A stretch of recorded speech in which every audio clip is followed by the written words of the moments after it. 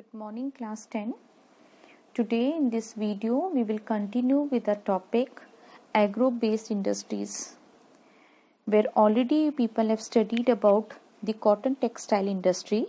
So today we are going to discuss on the topic jute textile. Well children, India is the largest producer of raw jute, and do you know that India stands at second place as an exporter of jute after Bangladesh? And in our country, there are almost 70 jute mills, and most of these mills are located in West Bengal. Now, let's see what are the factors which are responsible for the location of jute mills in the Hooghly Basin. Well children, the very first thing is that this area has a good production of jute.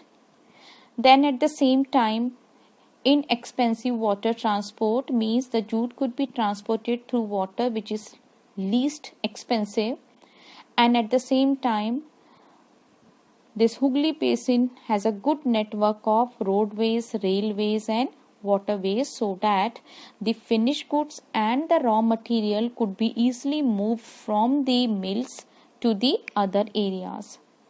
And at the same time, the good amount of water helps a lot in the processing of jute. Now children, this is the area where a very cheap labor is available. The reason because West Bengal has an adjoining states of Bihar, Orissa, then Uttar Pradesh, and do you know that Kolkata is the largest urban center which provides a well network of banking, insurance and port facilities for export of jute goods.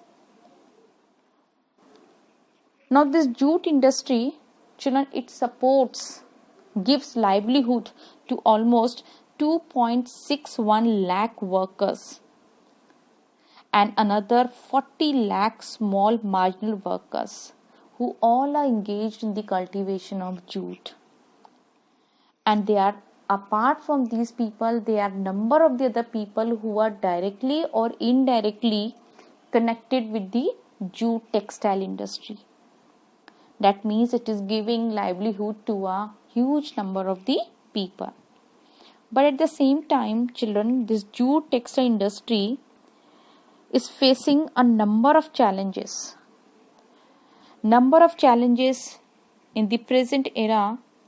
The very first thing is that this industry has to face a stiff competition in the international market from the synthetic substitutes from the competitors like Bangladesh, Brazil, Philippines, Thailand and Egypt.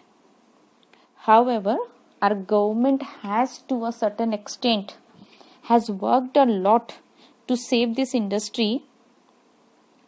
So our government has created an internal demand under the government policy which has made mandatory that for our domestic use, the use of jute packaging will be done.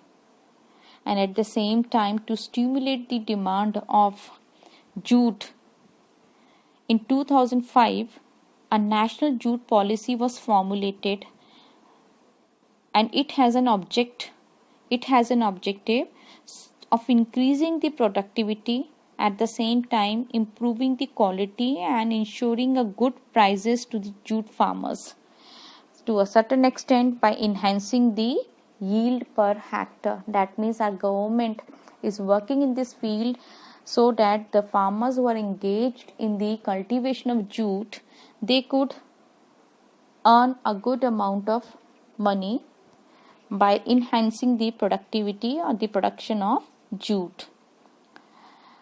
Now, the main market of jute are the USA, Canada, Russia, UK, United States and Australia.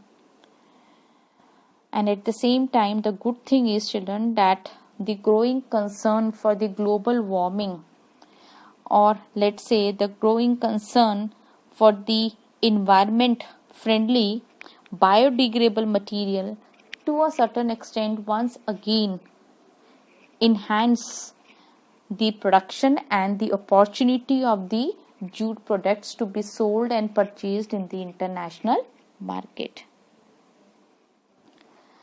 Now the next agro-based industry is sugar industry. You all are familiar with the sugar we are consuming in our day-to-day life. And children, do you know that India stands second as a world producer of sugar? But at the same time, we occupies our first place in the production of gur and khansari. Now the raw material used in this industry is quite bulky and in haulage its sucrose content, which reduces. Now if we count the number of the sugar industries in our country, so we have almost 460 sugar mills spread over the area of Bihar, UP, Maharashtra, Karnataka, Andhra Pradesh, Tamil Nadu, Gujarat and Punjab. And children, around 60% of our mills are located in UP and Bihar. Now you all know that this industry is seasonal, so it is quite suited to be there in the cooperative sector.